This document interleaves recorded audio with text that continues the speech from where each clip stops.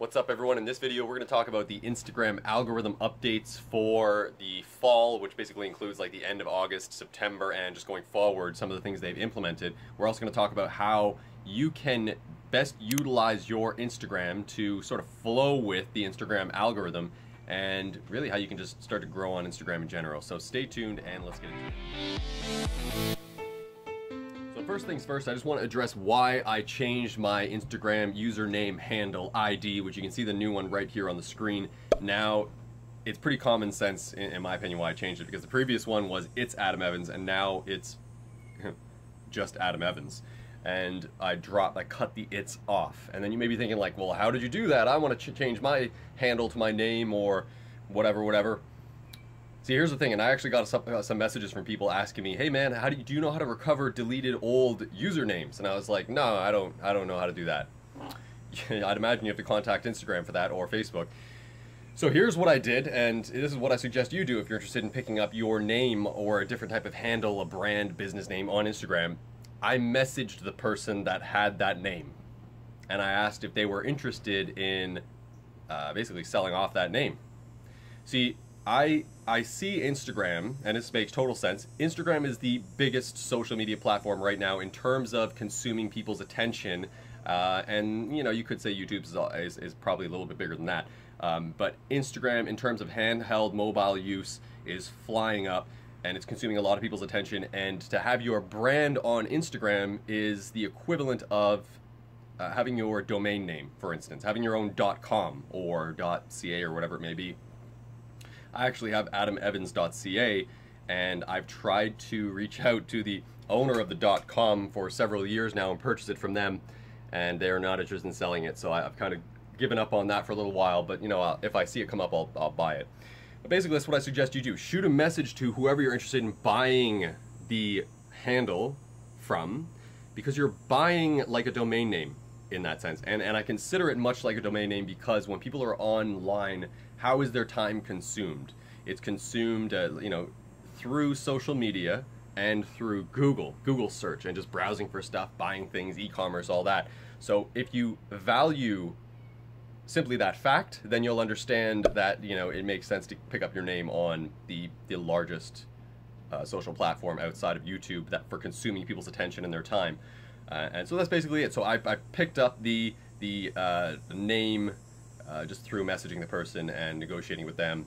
And I think I have another couple names on there as well, but you know, the It's Adam Evans is I still have that one. I'm just sort of keeping it as a community Instagram page where you all can message me. If anyone on social media that's interested in have questions or anything, if you're not getting me on the main one, you can always hit me up on the other one, and maybe I'll get that, because the messages are less frequent and you know, there's less activity on that account.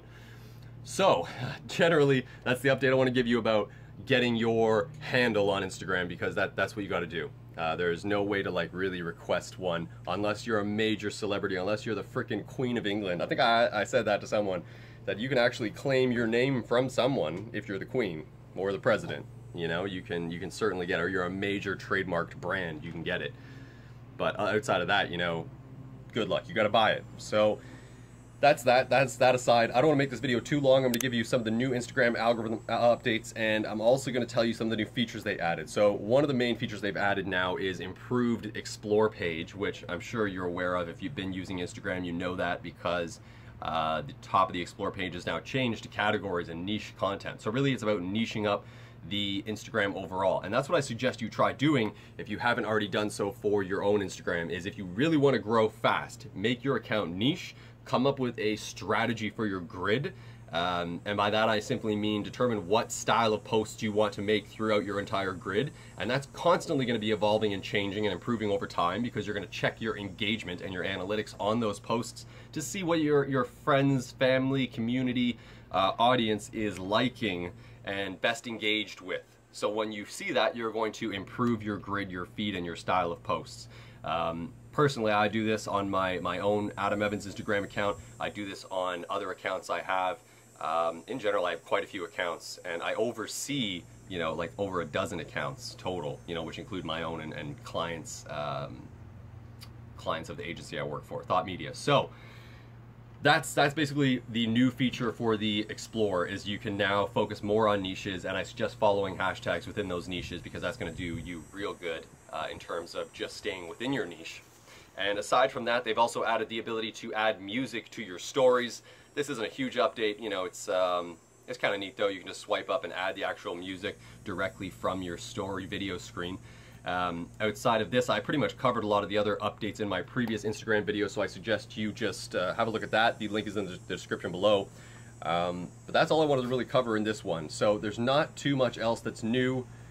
Mostly, if you want to ride the algorithm wave, I suggest you follow a whole bunch of strategic approaches for Instagram, and I've mentioned them in the previous video. Don't overdo the hashtags, don't abuse your hashtags, don't do too many, stay below like 20 even if you can for a single post, and don't do ones that have like 5 million uses. Stay like reasonable, because you're going to be more likely to hit the top of those hashtag pages. If you post something and you're using a 5 million hashtag, you're not going to go to the top of that page because it has 5 million uses and it's constantly being flooded with more uses. So try to be a little bit conservative with your hashtag use, and you're going to probably get more exposure that way.